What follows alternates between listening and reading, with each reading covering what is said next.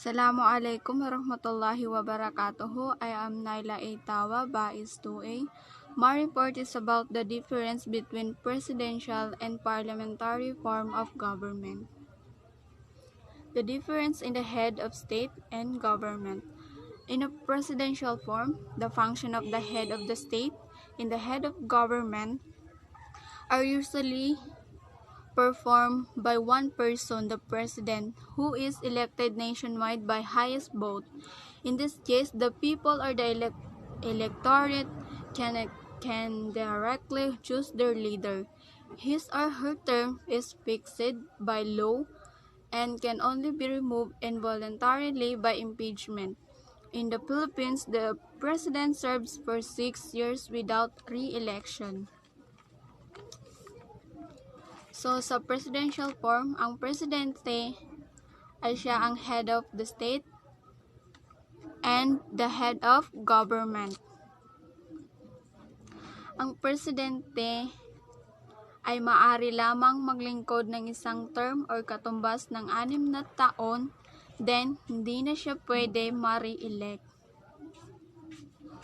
In a parliamentary form, which can be classified into two, the traditional type and the French type.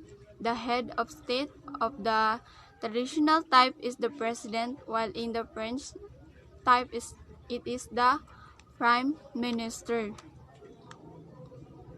So sa traditional type, ang president ay siya ang head of state.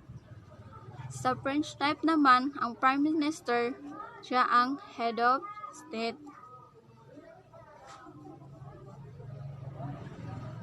The head of the government of the traditional type is the prime minister, who is elected by the majority members of the parliament or MPs, as in the case of Malaysia, Indonesia, or Singapore. Sa traditional type, ang prime minister ay siya ang head of the government na inihalal ng karamihan ng mga members of the parliament or MPs, as in the case of Malaysia, Indonesia, or Singapore. The term of the Prime Minister ay walang katiyakan hanggat ang karamihan ng mga members of Parliament ay may kumpiyansa sa kanyang pamumuno. Gayunpaman, ang maaari siyang matanggal sa pamamagitan ng isang boto ng hindi pagtitiwala ng karamihan ng members of Parliament. For the French type, which is the case in France today, the head of government is the president, who is chosen by highest vote in a national election with a fixed term and with re-election. The prime minister in France exercises minimal policy-making powers and performs more ceremonial functions. The president runs the government and serves 2 terms.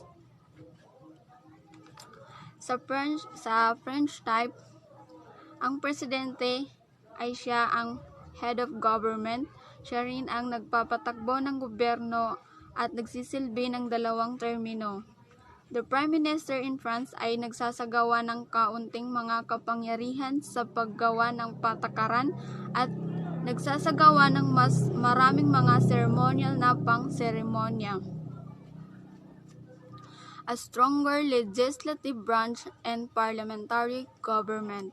In the presidential form, the executive branch power is running the country and is separate and independent from the legislative branch. In the parliamentary form, the legislative and executive are fused or merged because the members of the cabinet are also members of the legislature in the ruling party.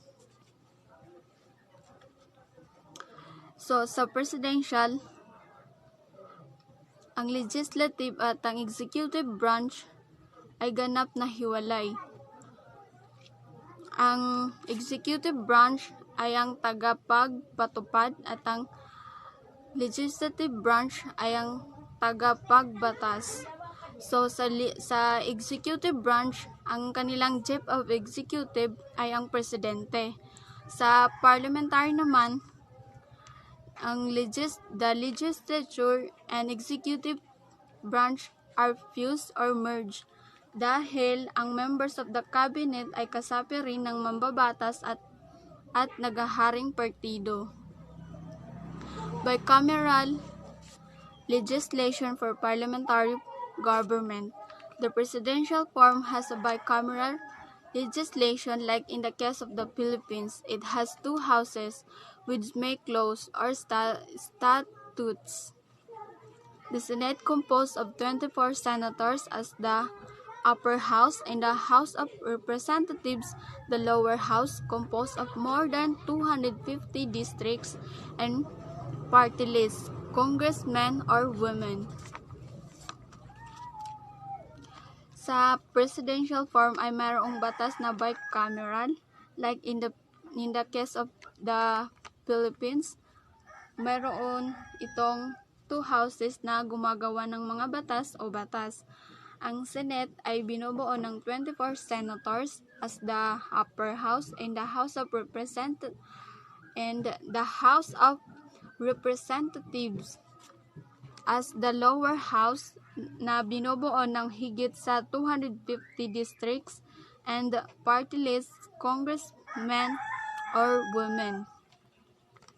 Ang isang panukalang batas ay sumasailalim sa isang mahaba at nakakapagod na proseso sa pagpasa sa Senate at House of Representatives bago ito pirmahan ng Pangulo bilang isang batas.